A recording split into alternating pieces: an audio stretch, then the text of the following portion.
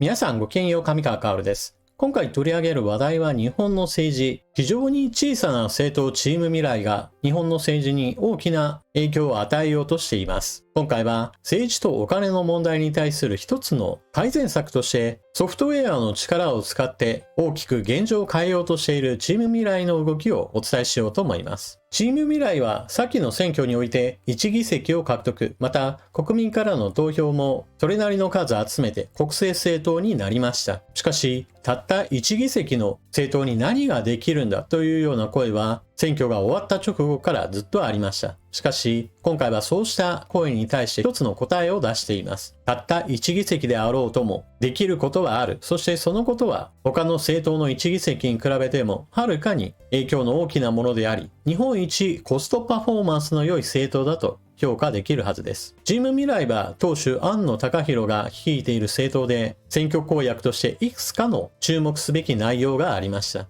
その一つが政党交付金をもとにしてエンジニアチームを結成。そのエンジニアチームによって作られたソフトウェアを日本の政治を良くするために用いるというものです。そして自分たちだけが使うのではなく、多くの人々に使えるように一般公開を行い、普及も目指す。そういった活動を目標として掲げていました。そして政党ができてからの100日間の間に実行する計画の一つであった政治とお金の問題を少しでも透明化しようという取り組みとして未来丸見え政治資金と名付けられたソフトウェアの公開が行われました。このことは一般紙においても報道されています。例えばこちらは日経新聞の記事、チーム未来政治資金収支の可視化ツールを発表。チーム未来の庵野党首はチーム未来の政治資金の出入りを可視化するツールを発表した。収入や支出の詳細を随時ホームページ上で公開する。庵野氏は政治と金問題を終わらせるということに関する一歩目になると述べた。ツールは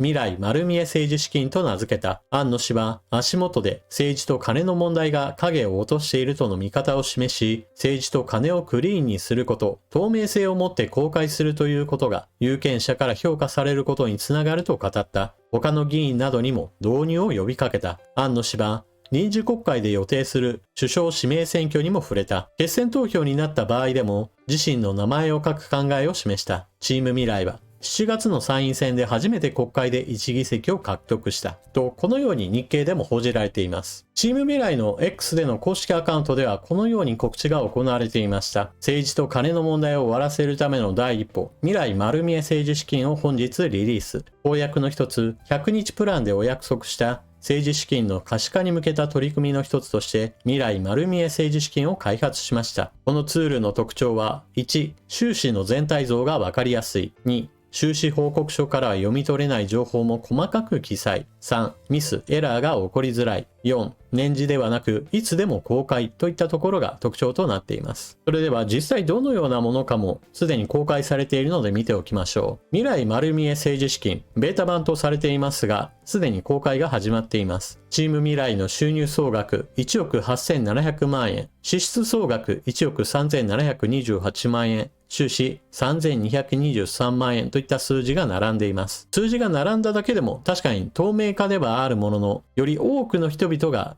見た時にすぐわかる情報としては不十分だと言えるでしょう。そうした意味で今回のツールはより多くの国民にとってもよりわかりやすい形をとっていると私は思います。左側がチーム未来の収入、そして右側が支出となります。全体の 87% が寄付、借入金が 11%、その他といった具合にして収入は分類されています。その上で一番左側に行くと、寄付 87% の内訳が個人からの寄付、そして候補者後援会からの寄付、庵野貴博の政治団体からの寄付といった具合にして、より詳細がわかるようになっています。同時に右側においても支出の内容、政治活動費 66%、じゃあ 66% の中身が何なのかといった具合にしてさらに右側に進むと参議院選挙の供託金が 30%、X における広告費が 8%、メタ広告費、ビラポスター等印刷費といった具合にしてその内容についても細かく内容を知ることができます。そして月ごとの収支の推移なども合わせて発表されています。この点なども従来では数字を追わなければならなかったものが一見してわかる内容となっています。そして情報公開という意味では非常に徹底しているなと思わせたのが、政党チーム未来すべての出入金を公開していることです。例えばここには非常に細かなお金の出入りについても公開されています。例えば、その他経費として振込手数料が何百円かかったかといったものが非常に細かに情報が公開されています。また、現在は銀行の口座とデビットカード、クレジットカードの情報といったものと連携することによって、このお金の出入りについてご入力なく情報を取得し公開していることからミスといったものの抑制にもつながるでしょう。またこれだけ細かな情報まで公開されていることからやましいお金の使い方といったものを抑制する効果も当然あるはずです。ちなみに今回公開された未来丸見え政治資金で気になるところがあれば主だった質問に対する回答などもすでに用意されているのでぜひともご覧ください。例えばチーム未来の9月の収入は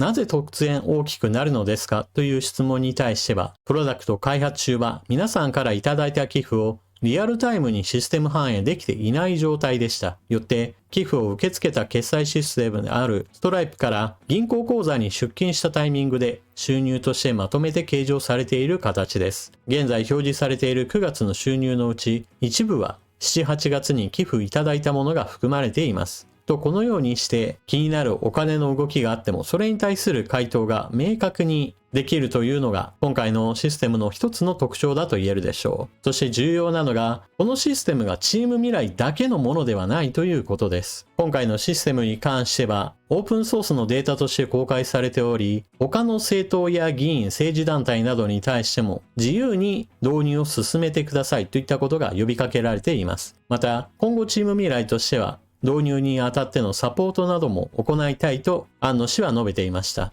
ただ公開されている情報だからといって誰でもすぐに活用できるかといえばそういったわけではないでしょう。そして今回の公開をもってこのソフトウェアの開発そのものが終わるというわけでもないでしょう。政治資金関連の法律といったものは修正がかかればそれに合わせて何に使って良いのか悪いのかといった話も変わってくるはずです。このソフトウェアについても順次そういったものに対してバージョンアップを施すなど継続的な手入れは必要なはずです。政治家と政治団体のお金の使い方に関しては不透明な問題といったものがいつでもありました。そのためにあの議員には問題があって辞めてもらわなければならないといったような話やそもそも政治資金の規正法などについてももっと変わりをすべき点があるのではないかといった話がたびたび話題に上がるものです。しかし常にこうした話題はすでに国会議員になっている人たちに対しては変えることによって不利になる面があると危惧する人たちがいることもありなかなかより厳しい規制は入らないものです。だからこそ今回チーム未来の打ち出してきた政治資金の丸見えにしようという試みは非常に重要です。より細かな点までより詳しくそして多くの人々に分かるようにすることによってよりやましい行動を抑制する効果があります。それと同時に他の人たちもどうぞ使ってくださいと広めようとしていることによって実際に導入した人たちが増えれば増えるほどそれらの人たちの方が導入していない人たちよりも確実に透明性が高いと評価されるはずです。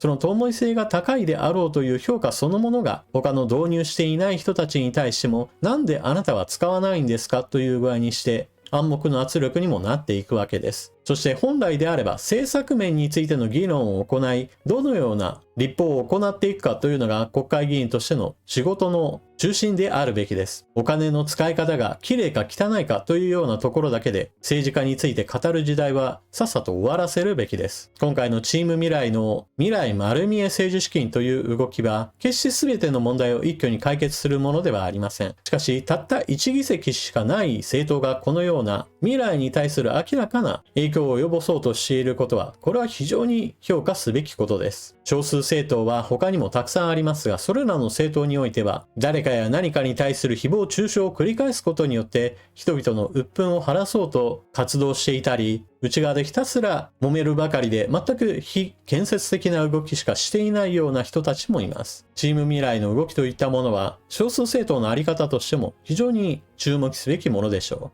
う。なおこのソフトウェアツールについての詳しい説明は庵野党首自身が説明している動画がすでに公開されています。私の話の中では省略した部分についても当然たくさんあるわけでその細部について全部知りたいなと思う方はぜひともチーム未来の安野投手の動画をご覧ください。動画の概要欄にリンクを貼っておくので、そちらから飛んでもらえるとすぐに動画を視聴することができます。そして最後に、チーム未来は現在のところまだ1議席の政党に過ぎません。しかし、議席数を伸ばしていくことができれば、当然のように入ってくる政党交付金も増えることによって、エンジニアチームの活動がより安定的に、そして活動も拡張されていくことでしょう。それによって影響力も拡大していくはずです。議席数が少なくても影響力が拡大していくという意味においては、今後もコストパフォーマンスの良さは維持されるものと私は見ています。チーム未来についての活動で注目すべきものがあれば、随時このチャンネルでも皆さんにお伝えして、その活動を知ってもらえればなと思っています。というわけで今回の動画はここまで。最後までご視聴いただきありがとうございました。チャンネル登録していない方はぜひともこの機会にチャンネル登録よろしくお願いします。それでは次の動画でまたお目にかかりましょう。またね。